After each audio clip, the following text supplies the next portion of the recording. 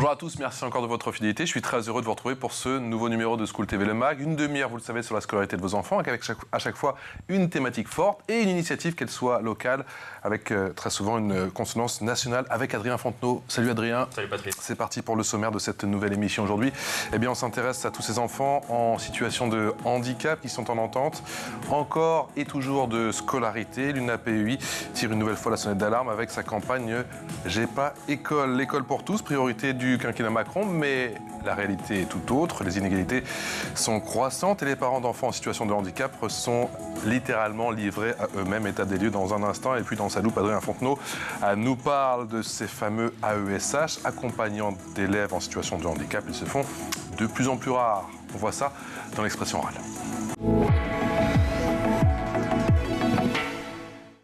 Et l'expression orale, je vous présente mes invités sans plus tarder, c'est avec Sonia et Inou. Je suis bon ? Oui, très bien. Je transpirais sur ce coup-là. Bonjour. Vice-présidente, bonjour, de l'UNAPEI, chargée de l'éducation, de la scolarisation. Bonjour Elisabeth Lamers. Merci d'avoir accepté notre invitation. Vous êtes vice-présidente de l'UNAPEI. On dit l'UNAPEI ou l'UNAPEI? Comment on dit bien? UNAPEI, c'est très bien. UNAPEI, c'est très bien. Et de 5, c'est donc la 5e année consécutive que vous lancez cette campagne. J'ai pas école, avec un sentiment déjà vu quand même. Oui. Malheureusement. Bien sûr. Nous avons des enfants en situation de handicap qui doivent aller à l'école puisqu'ils ont le droit à l'éducation comme tout le monde. Les enfants ont besoin d'apprendre, ont besoin de copains, ont besoin d'aller dans l'école du quartier. Et malheureusement, c'est parfois au compte-gouttes, parfois 1 heure par jour, ou pas du tout. Il y a beaucoup d'enfants qui n'ont pas de solution. Plus de 8 Français sur 10 jugent inacceptable la scolarisation partielle d'un enfant en situation de handicap. C'est ce que nous dit une étude d'Opinionway. Et pourtant, cette rentrée 2023, un enfant en situation de handicap sur 3 a moins de 6 heures de classe par semaine. Et pour 1 sur 5, c'est 0. Oui, exactement. Ce que dit Opinionway. C'est exactement. Concrètement, est-ce que la situation est en train de s'aggraver? Alors, c'est une situation qui perdure. C'est pas s'aggraver parce qu'il y a des contextes et des événements qui sont différents d'année en année. Il y a eu le Covid, il y a le contexte social. Il y a beaucoup de facteurs qui interviennent. Donc, on peut dire que c'est une situation qui ne s'arrange pas. On a l'impression, en tout cas au niveau des familles, qu'on est en train de s'agiter, en train de mettre en place effectivement beaucoup d'engagements et beaucoup de dispositifs pour accompagner les enfants, mais ça ne fonctionne toujours pas. Qu'est-ce que l'UNAPEI? J'aurais pu commencer par là. Alors, l'UNAPEI, c'est une association qui regroupe 350 associations sur tout le territoire, 330 exactement, sur le territoire et aussi en Outre-mer. C'est une association qui défend les droits des personnes, des familles, des personnes en situation de handicap, et notamment celles qui présentent des troubles du neurodéveloppement. Et dans le trouble du neurodéveloppement, vous avez les troubles du développement intellectuel, vous avez des personnes qui présentent des troubles de l'autisme, vous avez des personnes polyhandicapées, des personnes avec des troubles psychiques. Effectivement, psychique. Et vous êtes au final, combien? 900 000? Oui, en tout, nous sommes 900 000 si on compte vraiment tout le monde dans notre grande association. Et ce sont des professionnels, ce sont des familles, ce sont des personnes accompagnées. Et voilà. Elisabeth Lamers, vous êtes le premier réseau en France. Oui. Vous représentez en gros 900 000 personnes. C'est quand même un certain poids. Avec encore une fois cette campagne, 5e campagne consécutive, ça fait quand même 5 ans avec des témoignages. Il y en a tous les jours qui affluent effectivement sur la plateforme. J'en ai retenu certains. Je vais vous en lire un seul. 14 septembre 2023. Quid du droit à l'éducation? Oscar est un enfant avec TSA, atteint d'une maladie génétique rare. Nous avions reçu une notification en 2021 pour une scolarité dans un premier temps d'Institut médico-pédagogique pour jeunes enfants. Oscar a été sur liste d'attente et n'a jamais été admis faute de place. Oscar peut aller à la crèche jusqu'au moins de ses 6 ans. Et ensuite, nous n'avons ni proposition de prise en charge séquentielle, ni de place en institut médico-éducatif. Il est sur liste d'attente. Dans plusieurs IME du secteur de son papa et du mien, nous sommes livrés à nous-mêmes et devons nous débrouiller afin de lui proposer un suivi libéral adéquat. Je pourrais continuer. Il y a plus de 300 témoignages, j'ai l'impression que ça afflue jour après jour. Que font les pouvoirs publics? Les pouvoirs publics font des annonces. Les pouvoirs publics annoncent des engagements. On sait que c'est pas simple, attention. On sait que c'est pas simple. Rien n'est simple dans la vie, je pense. C'est pas le mais les pouvoirs publics mettent en place un certain nombre d'actions. Mais la problématique, c'est que ça ne fonctionne pas parce qu'on est en train d'agir sur le contexte. On n'est pas en prévention. Pour être en prévention, il faut un observatoire pour connaître quels sont les besoins des élèves, quels sont les besoins des territoires, quels sont les besoins des différents acteurs. Et cet observatoire pourra permettre justement de calibrer les bonnes réponses. Parce qu'actuellement, les réponses ne sont pas adaptées, visiblement, pour toutes les familles et tous les enfants. Elisabeth Lamers, que faut-il faire pour être enfin entendu ?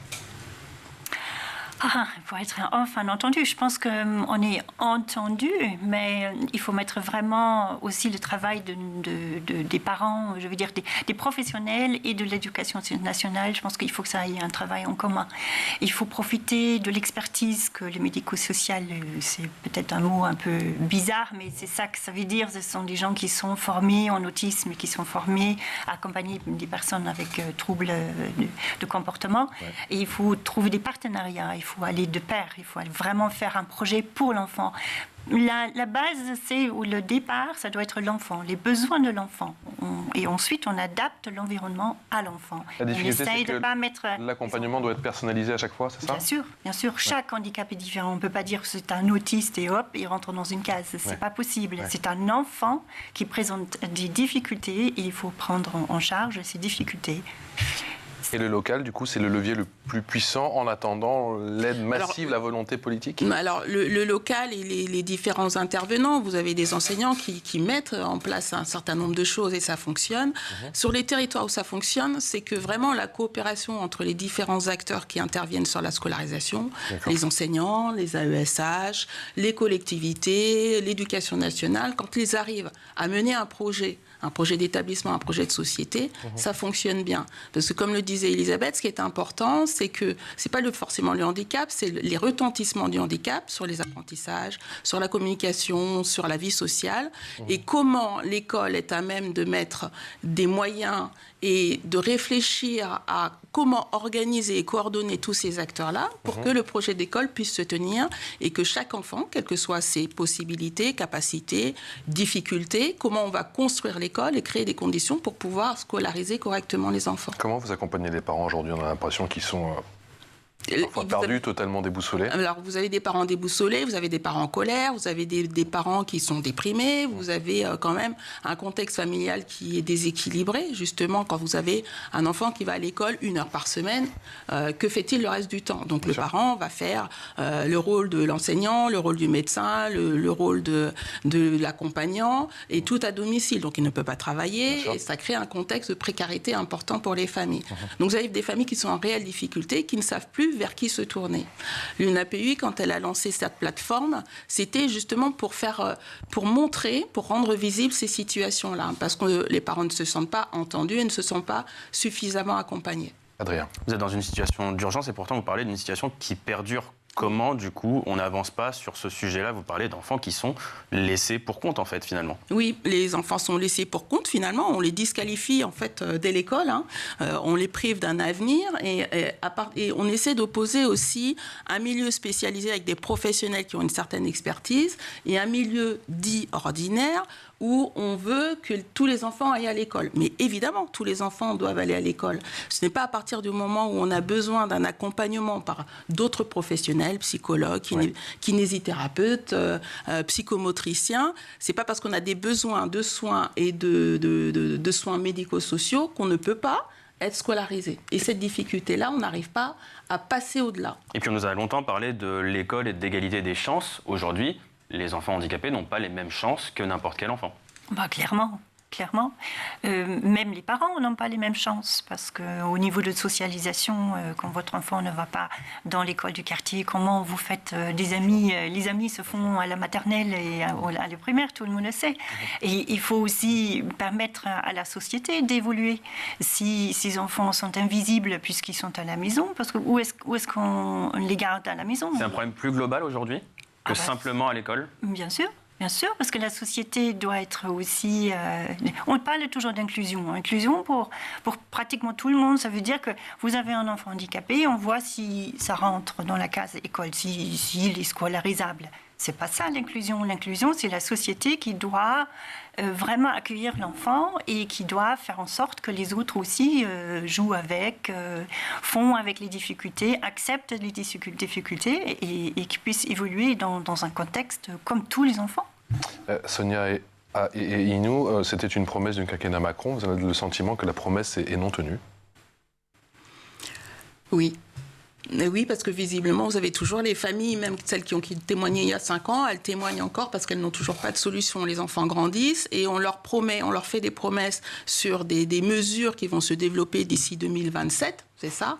Donc en 2027, c'est dans quelques années et je pense que les enfants ne peuvent pas attendre 2027. Donc, et quand on parle, alors je rebondis sur ce que disait Elisabeth, quand on parle de la scolarisation, donc admettons que la scolarisation est réglée, ce sont des personnes qui vont grandir, qui vont peut-être se diriger vers une carrière professionnelle, vers une professionnalisation. Ce sont peut-être des personnes qui ont besoin d'avoir un habitat, ce sont des personnes qui ont besoin de soins. Donc quand on parle de la scolarisation, on parle aussi d'un projet de société. Et sur ce projet de société-là, toutes les personnes sont concernées. Surtout qu'on imagine qu'il y a une grande disparité selon les territoires. Oui. Donc l'on se trouve à Paris ou allez, je ne vais pas stigmatiser, ou pourquoi pas à Bourg-en-Bresse, ville que j'adore. J'imagine que là, la situation est tout autre et que l'équation est autrement plus délicate, j'imagine, dans les territoires plus éloignés. Tout repose un peu sur les associations. Vous savez, une API a été créée il y a 60 ans. Pourquoi? Parce que les parents, il y a 60 ans, pas aujourd'hui, il y a 60 ans, se sont trouvés devant le fait accompli que finalement, le gouvernement à l'époque voulait bien que les parents s'en occupent, puisque c'était trop difficile. Ouais. Donc il y a eu un énorme élan des parents qui ont créé toutes les maisons, etc. Donc aujourd'hui, on se retrouve avec une structure et avec une mobilisation très très forte des parents encore, puisque les parents constatent qu'il faut qu'ils prennent en main l'accompagnement des enfants et ils essayent de trouver des... Ils doivent tout faire eux-mêmes. C'est un peu fort ce que vous me demandez, mais si les parents ne se mobilisent pas, je pense que les enfants et comme disait Sonia, les enfants ça va vite. Hein. Si vous avez une liste d'attente pour un institut médico-éducatif comme vous l'avez là, une maman qui a 4 ans pose 6 ans, ensuite il a 10 ans, il a l'âge du collège. Oups, on a sauté l'étape du primaire. Où est-ce qu'on va mettre, où est-ce qu'il va aller cet enfant dans la société, ou dans quelle école il va aller? Donc il ne faut pas louper les étapes. Et les étapes sont importantes. Il y en a beaucoup. Il y a maternelle, primaire, collège, lycée, et ensuite la vie adulte, et ensuite 18 ans.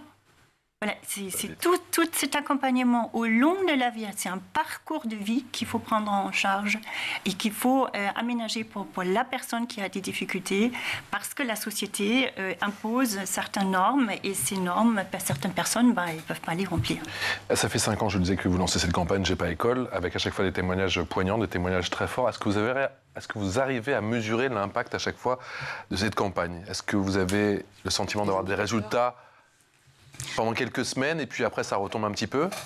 Alors, les résultats, le premier résultat, parce que moi, j'ai suivi la campagne depuis la première année, le premier résultat, par rapport à avant, c'était que la question des élèves en situation de handicap, qui ont un besoin d'accompagnement très fort, donc qui sont très éloignés de l'autonomie, qui sont accompagnés aujourd'hui par le milieu spécialisé, ce n'était pas un sujet, même pour les journalistes. Excusez-moi, hein, mais c'est un sujet tellement complexe. En fait, on s'intéressait vraiment aux enfants qui allaient à l'école du quartier, etc.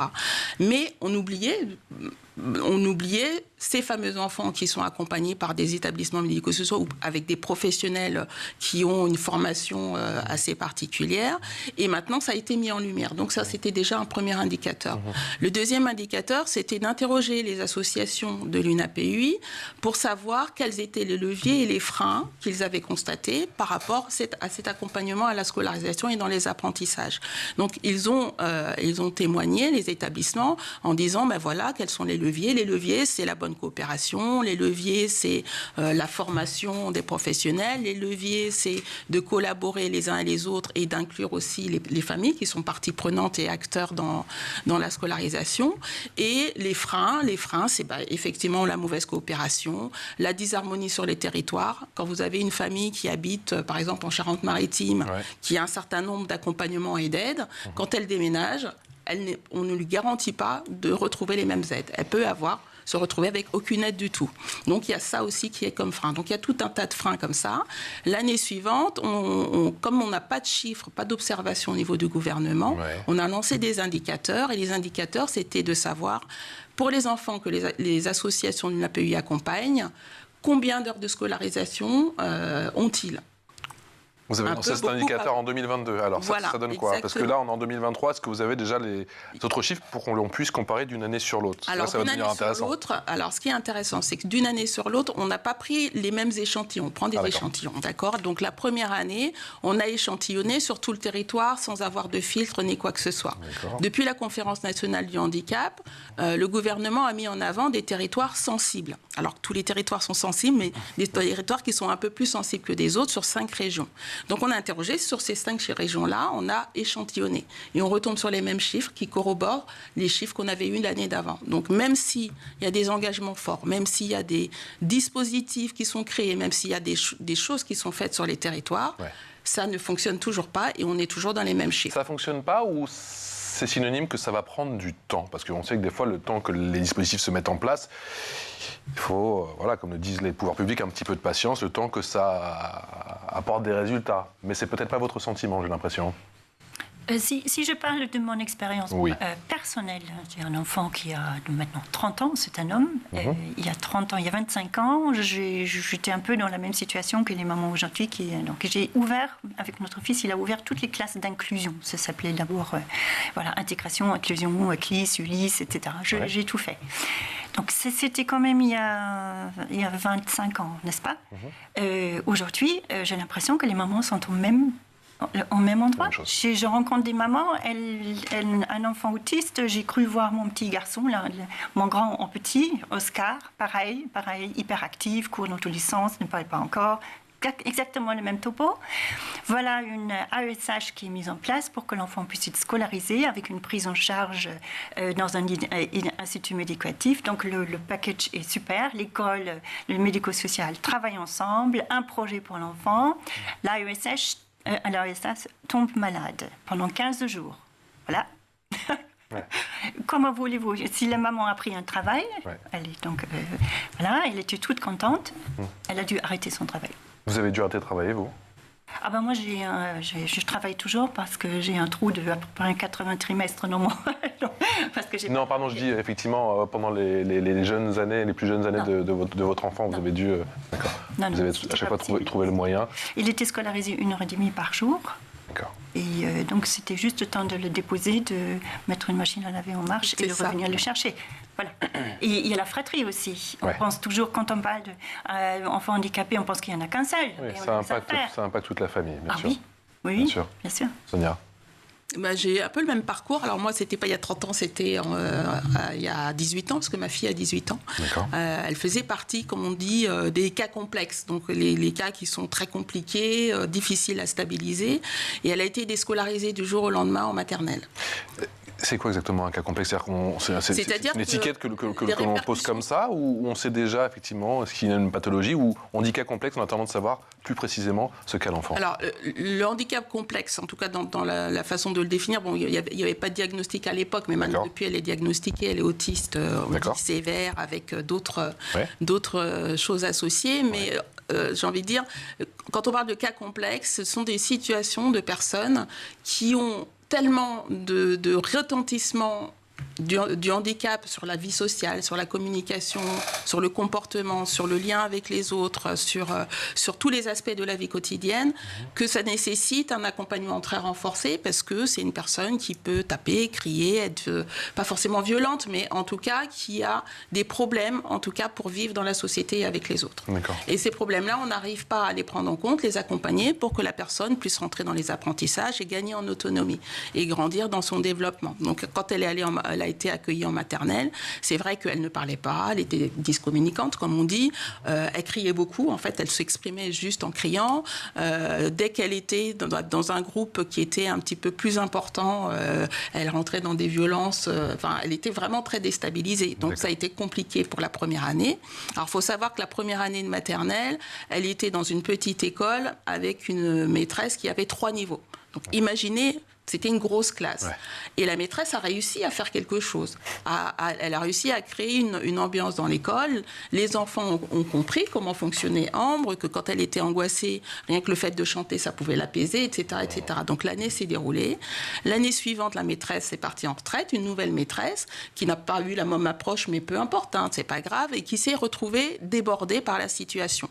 Et là, donc, la demande, c'était qu'il y ait la fameuse AESH qui puisse intervenir dans l'école pour accompagner Ambre. Cette AESH n'est jamais venue. On attend encore. On l'attend encore. Voilà. On attend encore. Donc, les troubles de comportement sont revenus et ça, c'est devenu de plus en plus compliqué. Donc, on diminue le temps de scolarisation, mais ça ne résout pas le problème. Donc, elle continue à être difficile à canaliser et au bout de compte, la solution, c'était la déscolarisation. Vous entendez la même histoire que la vôtre?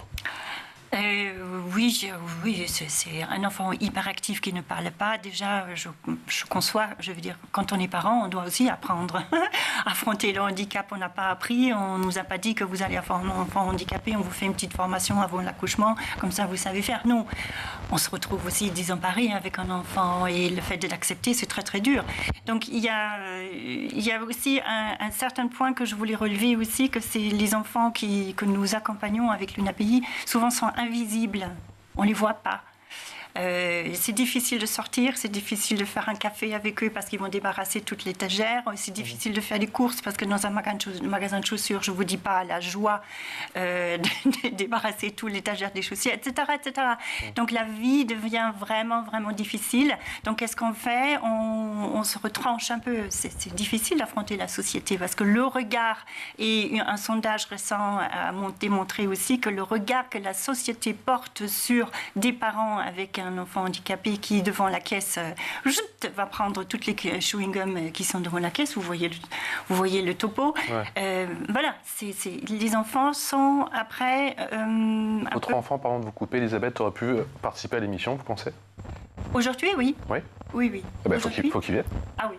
Il adore parler. Faut qu'il vienne, parce que nous, on a déjà reçu des enfants autistes ici. Oui, il adore parler dans son micro. Ouais. Oui. Bah écoutez, il a 30 ans. On arrête tout de suite, on prend rendez-vous, on recommence.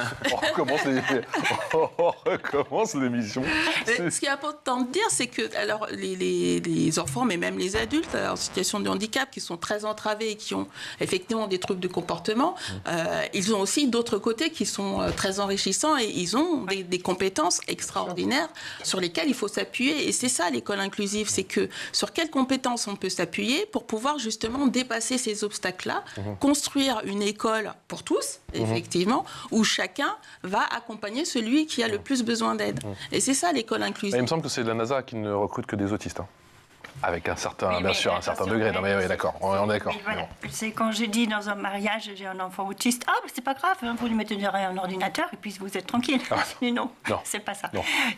Donc, attention avec... voilà. On est bien d'accord. Allez, vous parlez des AESH, justement, les fameux AESH, qui manquent cruellement, un métier ô combien noble, ô combien important. C'est Adrien qui sort sa loupe.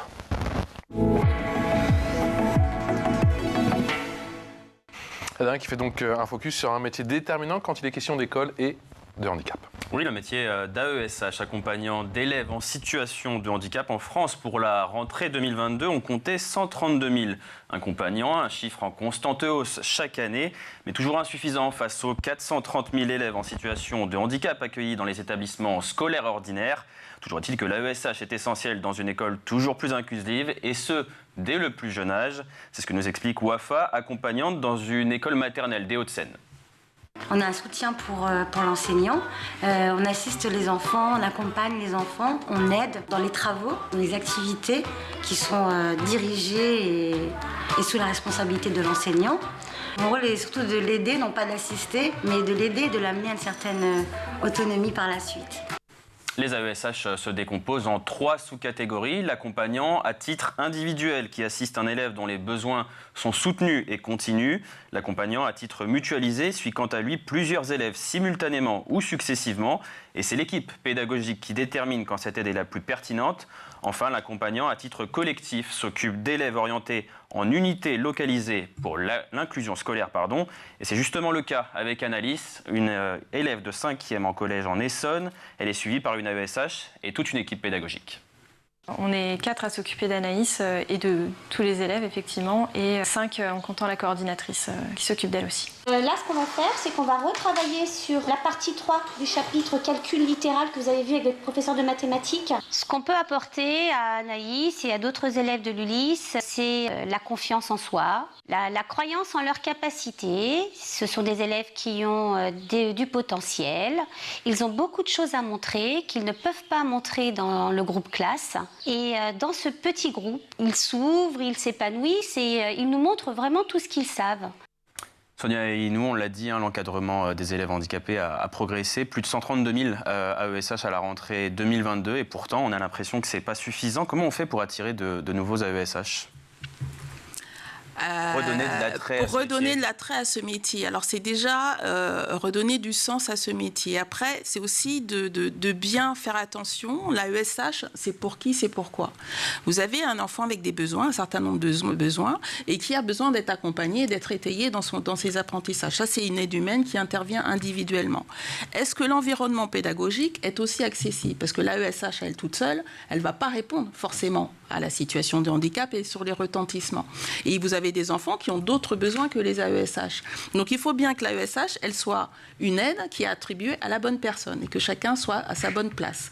Que cette aide-là soit bien coordonnée avec l'enseignante, que cette aide-là soit bien coordonnée avec les parents. Encore aujourd'hui, c'est pas le cas ? C'est pas le cas parce que dans cet accompagnement individuel, il manque un espace d'échange et de construction entre les différents acteurs. Quand vous allez à l'école, vous avez beaucoup de personnes qui interviennent dans l'école. Vous avez les collectivités avec des agents des collectivités qui sont à la cantine, sur le périscolaire.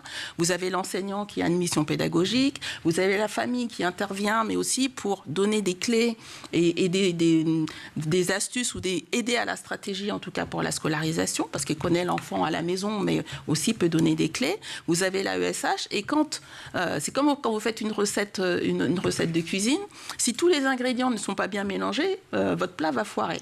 Donc, il faut que cette collaboration puisse se faire, créer des espaces d'échange et pouvoir justement construire les conditions pour accueillir l'enfant, mais aussi pour l'accompagner. Et pour que ça marche, du coup, et pour que la recette fonctionne, il faut une certaine stabilité, j'imagine. Exactement. C'est ça le si problème. c'est trop salé, vous allez dire c'est trop salé, je ne peux pas le manger. Donc, mais j'imagine qu'il faut que tout ce petit monde doit avoir des automatismes, doit se connaître pour des en sous-effectifs. Oui. Donc, il faut que ce système soit suffisamment agile pour s'adapter, parce qu'il faut aussi tenir compte des autres parents. Bien sûr. Parce que si vous mettez 10 enfants en situation de handicap qui grimpent au rideau toute la journée et qui crient, les autres parents, s'ils n'ont pas été accompagnés aussi dans ce changement-là, les autres professionnels aussi, ça ne peut pas fonctionner. Il faut que chacun, pour remplir ses missions, soit suffisamment armé et suffisamment de ressources et d'informations, justement pour collaborer sur ce projet commun. Elisabeth Lamère, je ne sais pas si vous pouvez répondre à ma question, mais je sais que vous connaissez les AESH. On dit, et Adrien vient de nous le rappeler, qu'il y a 132 000 AESH, c'est en légère progression. Mais est-ce que les AESH qui sont en fonction, en emploi en ce moment, est-ce qu'ils travaillent longtemps ? Je vais reformuler ma phrase. Est-ce que l'on peut faire ce métier longtemps ? Parce qu'on sait que c'est un métier noble, un métier difficile. Je pense à certains médecins ou même étudiants en médecine, en ce moment, qui jettent l'éponge parce qu'à un moment, au bout de 2, 3, 4, 5, 10 ans, c'est trop difficile. Donc, les 132 000 qu'il y a aujourd'hui, est-ce que vous me suivez ou pas ? Est-ce que dans 6 mois, 1 an, est-ce qu'il y en aura beaucoup moins ? Je pense que le tout, c'est aussi à la préparation de ce métier. Si on dit que la solution miracle, c'est l'AESH qui accompagne un enfant handicapé, c'est un petit peu ça, j'ai l'impression. Mais ça ne peut pas marcher. C'est comme un petit pansement. Je veux dire, on va le mettre dans la classe, il y a un AESH et... c'est ça, c'est bon, on a notre AESH, c'est bon. Ça ne peut pas fonctionner. Ouais. Déjà, je pense qu'aujourd'hui, les AESH sont préparés un peu plus qu'avant. Le salaire a été augmenté, mais le salaire n'est quand même pas très attractif. Voilà, c'est bien pour certaines personnes que ça arrange, c'est un travail aux horaires de l'école, peut-être aussi vraiment une vraie empathie pour les enfants. Et, bien sûr. C'est des métiers passion, c'est des métiers de l'humain. D'humain, bien sûr. Bien sûr. Et vraiment, je suis très, très admiratif des AESH parce qu'elles se trouvent parfois, ils ou elles se trouvent dans des situations je pense qu'ils n'ont pas du tout imaginé avant de prendre le poste. Donc évidemment, si maintenant maintenant développe un partenariat, comme disait Sonia, valorisé, mis dans une équipe et avoir une vraie place, je pense que ça peut être un métier vraiment très très bien. Un métier, oui. Mais bon, si c'est pour remplacer quelque chose ou faire un bouche-trou, parce que non, ça, je pense que c'est pas très attractif. Mais bon, je suis pas à ESH, mais j'ai travaillé avec, et c'est vrai que parfois ça peut être décourageant, mais parfois ça peut être merveilleux, parce que ces enfants-là, tous nos enfants, ils ont un côté tellement déroutant, qu'ils nous font tellement avancer. C'est nos enfants, bien sûr. On est tellement fiers aussi, parfois, on est tellement fiers parce qu'on sait l'effort qu'un enfant en situation de handicap doit faire pour arriver. C'est fantastique, donc ça peut être... J'ai hâte de voir votre fils sur ce plateau. Vous reviendrez. On sait, comme on le disait, effectivement, Adrien le soulignait, que c'est un métier, on les entendait, que c'est un métier ô combien gratifiant. Au final, le salaire pour eux, ces gens, c'est peut-être ça, c'est peut-être la plus belle des récompenses, mais j'imagine qu'il y en a aussi qui jettent l'éponge. Bien sûr, bien sûr. Non, mais alors le salaire fait pas tout, mais on voit qu'il y a des problèmes RH dans un peu dans toutes les professions. Mais par rapport à la rémunération, c'est vrai que ça doit avoir une valeur. Cette fonction-là doit avoir une valeur, une réelle valeur. Et il faut aussi que cette mission-là ait vraiment du sens. Quel est le sens du métier d'un AESH ? Ce n'est pas la bonne place. Alors moi, il y a une image que j'aime bien donner quand vous donnez un mauvais accompagnement à un enfant. Si un enfant a besoin d'apprendre à nager et qu'il n'y a pas de maître nageur, vous lui filez une paire de patins à glace et vous lui dites qu'en attendant qu'il y ait un maître nageur, il va aller à la piscine avec des patins à glace. Une AESH qui n'est pas au bon endroit, qui ne gère pas sa mission correctement et pas auprès de la bonne personne, c'est un peu les patins à glace. Et du coup, c'est pas pour ça qu'elle a signé. Vous voyez ce que je veux dire ? Donc je pense que c'est une image qui est quand même assez intéressante parce que on voit que les personnes, si elles ne sont pas au bon endroit, si elles sont mal payées, c'est presque de la maltraitance. Et c'est aussi de la maltraitance pour les enfants concernés, pour les familles concernées et par ricochet pour l'enseignant et toute la communauté éducative. Rapidement, et du coup, qui doit agir le plus rapidement possible ? C'est le ministère de l'Éducation nationale ? C'est le ministre de la Santé? Il y a une zone grise ou c'est très clair? Non, mais c'est tout le monde. C'est le président. Allez, tout va bien. Non, mais c'est tout le monde parce que quand vous allez à l'école, vous inscrivez où votre enfant? Vous l'inscrivez à la mairie. Donc la mairie, en plus qui détient les locaux dans les écoles, c'était les départements pour les collèges. Donc vous avez aussi d'autres instances intermédiaires qui sont partie prenante. Vous avez aussi les familles. Vous avez quand même beaucoup de monde. Donc c'est pas la responsabilité de l'un ou de l'autre, d'un ministère ou d'un autre ministère. C'est que c'est la responsabilité de tout le monde, forcément. Et l'école pour tous, en tout cas on l'espère le plus vite possible. Merci beaucoup Sonia, merci Elisabeth, merci d'être venue nous voir. J'attends vos enfants sur ce plateau avec impatience, on les attend avec Adrien. Je vous souhaite une excellente journée, encore merci pour vos témoignages. Merci à vous. J'ai pas école, 5e saison, 5e campagne, n'hésitez pas à y aller.